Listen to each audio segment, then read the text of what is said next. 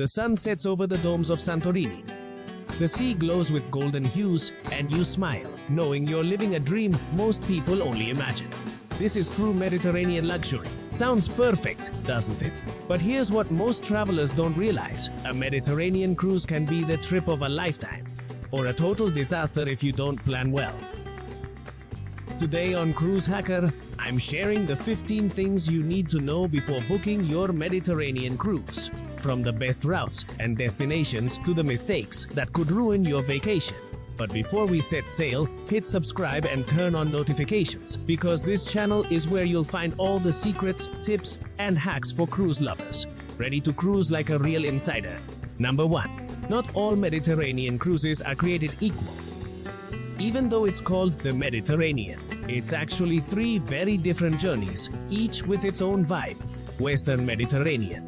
On this route, you'll cruise between Spain, France, and Italy, stopping at iconic cities like Barcelona, Marseille, Rome, and Naples. It's perfect if you're into European culture, amazing food, and lively cities. Every day feels like stepping into a new postcard, enjoying a pizza with a view of Vesuvius, taking a walk along the French Riviera, or spending the afternoon at the Sagrada Familia. It's a dream for anyone who loves history, architecture, shopping, and great food, all in just 1 week. Eastern Mediterranean. This route takes you through Greece, Turkey, Croatia, and some of the Aegean islands. Here, the journey feels more spiritual and is all about stunning scenery. Think sunsets in Santorini, medieval walls in Dubrovnik, bustling bazaars in Istanbul, and ancient temples in Athens.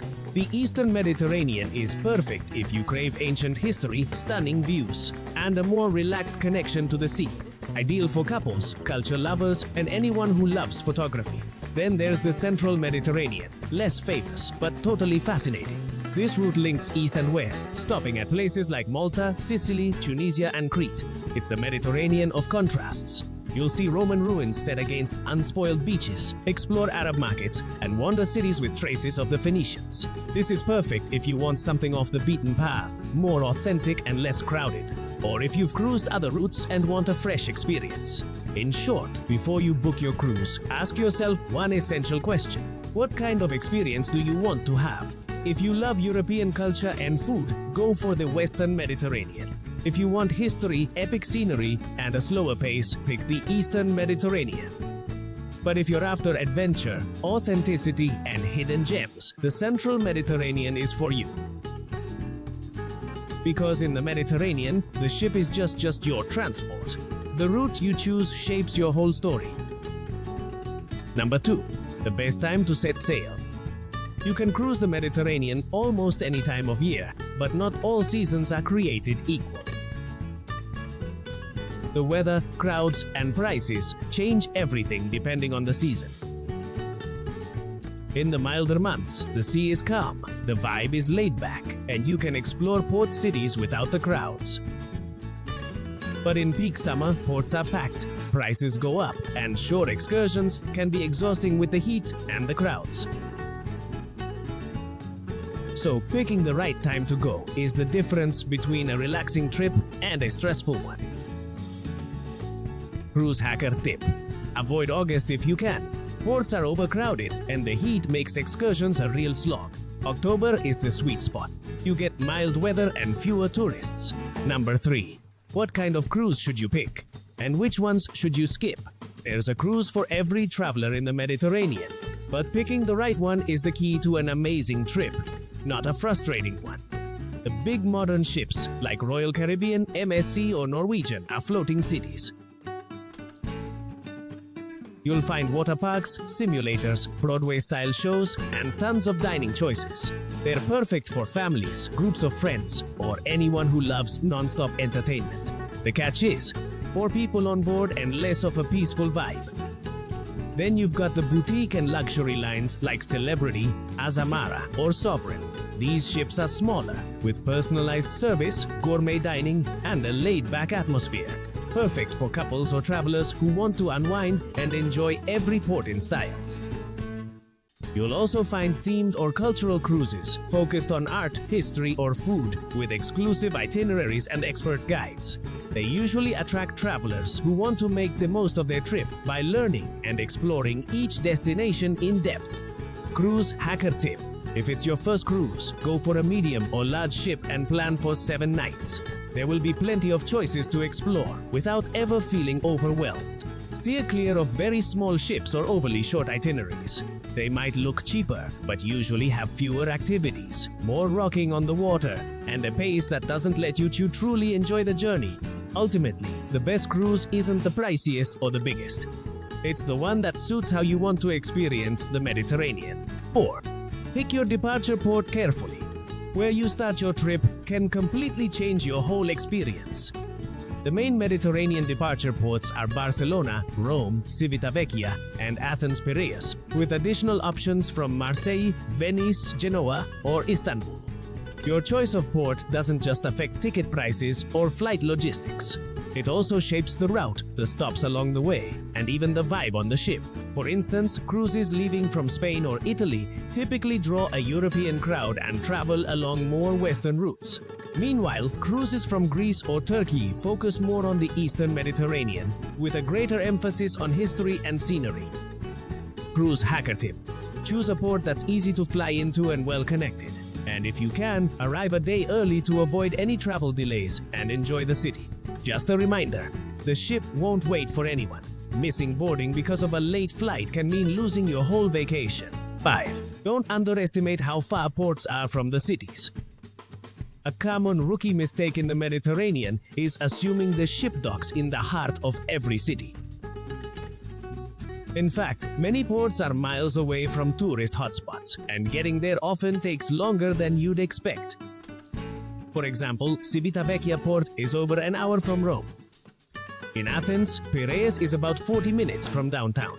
And in Marseille, the cruise terminal is roughly half an hour from the old city. It might sound minor, but it really affects your day-to-day planning. You get less time ashore, shorter excursions, and if you misjudge the travel time, you might end up rushing or even miss the ship.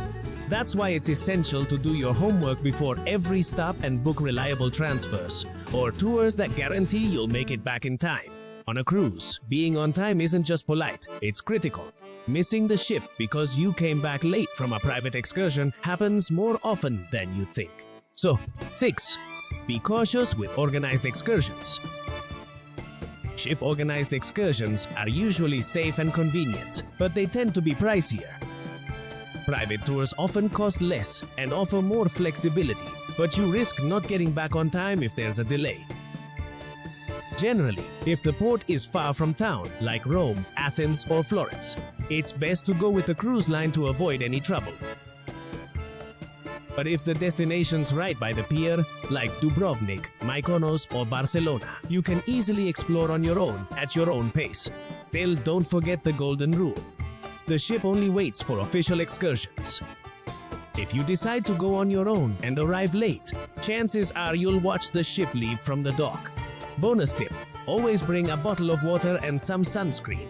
Some excursions can keep you out for hours under the Mediterranean sun. 7. Mediterranean stops are full on. Unlike cruises in the Caribbean, there are rarely full sea days in the Mediterranean. Most routes have daily stops, meaning early mornings, lots of walking, and long stretches exploring in the sun. It's an amazing, intense experience, but it can get tiring if you try to see everything without a break. Remember, your body needs rest. The real joy of a cruise is finding a balance between adventure and downtime. Cruise hacker tip: plan to have a few chill days on board, especially if your cruise is longer than a week. Don't feel bad about skipping a port. Sometimes relaxing on deck with a view of the sea is the best excursion you can take. 8. Pick your cabin location carefully. The Mediterranean might look peaceful, but ships still go through areas with strong currents and shifting winds. If you tend to get seasick, opt for a midship cabin on a lower deck. Levels 5 to 7 are best. Skip the front of the ship if rough weather or wind is expected. And if you'll be stopping at busy ports like Naples or Piraeus, avoid cabins near the loading ramps or at the back of the ship. It's a small detail, but it can mean the difference between a good night's sleep and vibrating all night long. 9. Keep an eye on your onboard spending. It may feel like everything's included on a cruise, but a lot of extra costs can sneak up on you if you're not prepared. Alcoholic drinks and cocktails are usually an extra charge, just like specialty restaurants with exclusive menus. Don't forget about mandatory tips, pricey internet packages, and tempting extras like official photos, spa treatments, or premium activities such as simulators and private experiences. At first, these expenses might seem small, but by the end of your trip, they can really impact your budget. That's why planning ahead helps you avoid surprises and lets you enjoy yourself, knowing exactly where it's worth spending your money. Cruise hacker tip: buy your drink, internet, or excursion packages before you board. The cruise lines usually offer 20 to 30% off. Bring some cash for tips and small expenses when you're ashore. And remember, on a cruise, you need to manage your budget before you set sail, not afterwards. 10. Safety and precautions ashore. The Mediterranean is generally safe, but petty theft is common in tourist hotspots. In places like Barcelona, Naples, or Marseille, steer clear of flashy jewelry and open backpacks. Keep your documents on the ship and use pockets with zippers. Be wary of unlicensed taxis and makeshift guides. In some places, you'll be offered quick tours for cheap, but sometimes these can leave you stranded far from the port. 11. The food ashore can be just as good, or even better, than what you'll find on the ship. Sure, the buffet on board is tempting, but would you really visit Naples and skip authentic pizza? Or go to Greece without enjoying a gyro by the sea? Every Mediterranean port gives you a chance to try unique flavors, local wines, fresh seafood, classic desserts, and cafes with views you won't get on board. Dining ashore is also a way to connect with the local culture and pace, something no ship's menu can offer. So take advantage and savor the local cuisine. Just be sure to make it back on time and skip heavy meals if the sea is choppy. You don't want your Barcelona memory to be a night spent seasick on deck.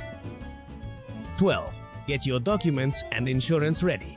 While most Mediterranean cruises visit European countries, not every stop is in the EU.